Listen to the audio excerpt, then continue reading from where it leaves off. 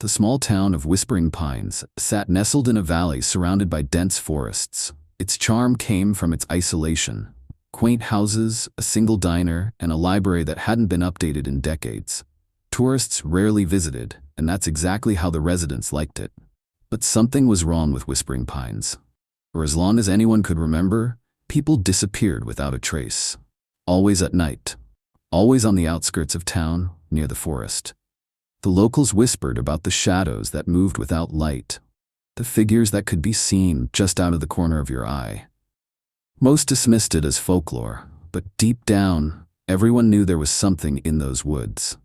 Jessica Reed, a 29-year-old journalist from Chicago, was desperate for a big story. Her career had plateaued, and she needed a headline to make a name for herself. When she heard whispers about the disappearances in Whispering Pines, she jumped at the chance. Jessica was smart, skeptical, and methodical. She wasn't scared of ghost stories or local legends. She packed her camera, a flashlight, and a recorder and drove to the secluded town. Jessica arrived in Whispering Pines late in the afternoon.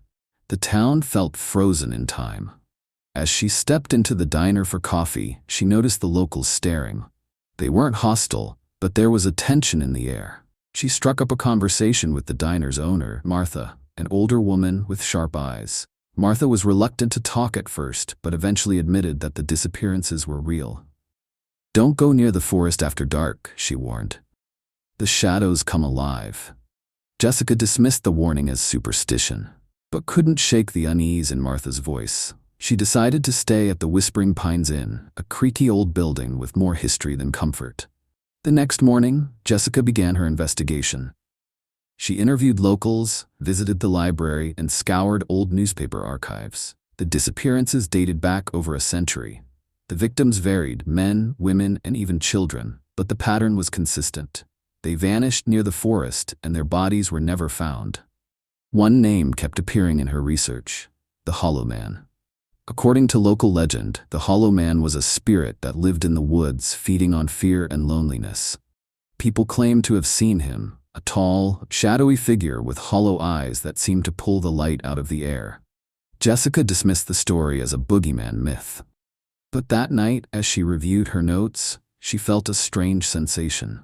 It was as if the shadows in her room were growing darker, denser. She chalked it up to exhaustion and went to bed.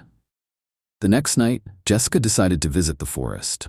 Armed with her flashlight and camera, she ventured into the woods. The air was thick, and the silence was oppressive. No birds, no insects, just the sound of her own breathing. As she walked deeper, she began to feel like she was being watched. The shadows around her seemed to move, almost as if they were alive.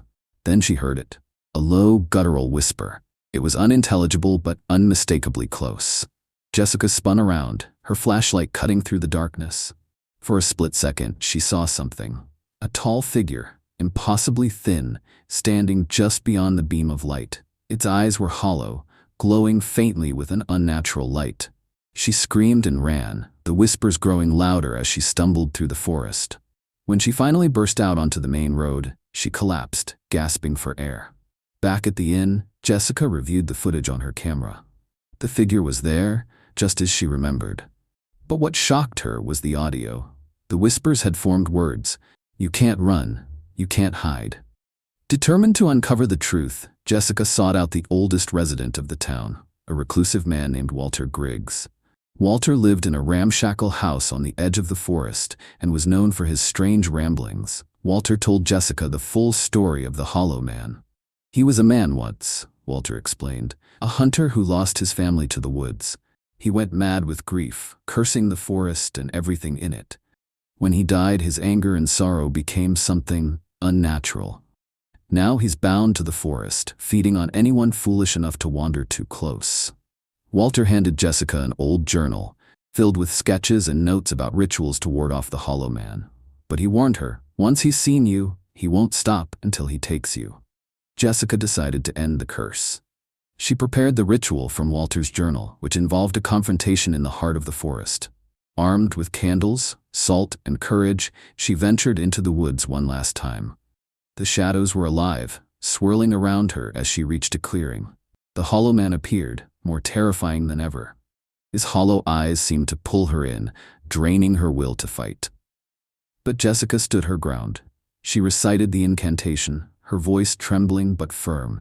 The hollow man screamed, a sound that shook the very ground beneath her feet.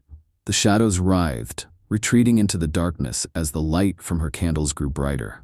Finally, the forest went silent. The hollow man was gone. Jessica returned to Whispering Pines a hero. The disappearances stopped and the town began to heal. Her story made headlines, earning her the fame she had always wanted. But deep down, Jessica knew the truth. The hollow man wasn't gone. Not completely. Every now and then, when she was alone, she could still hear the whispers.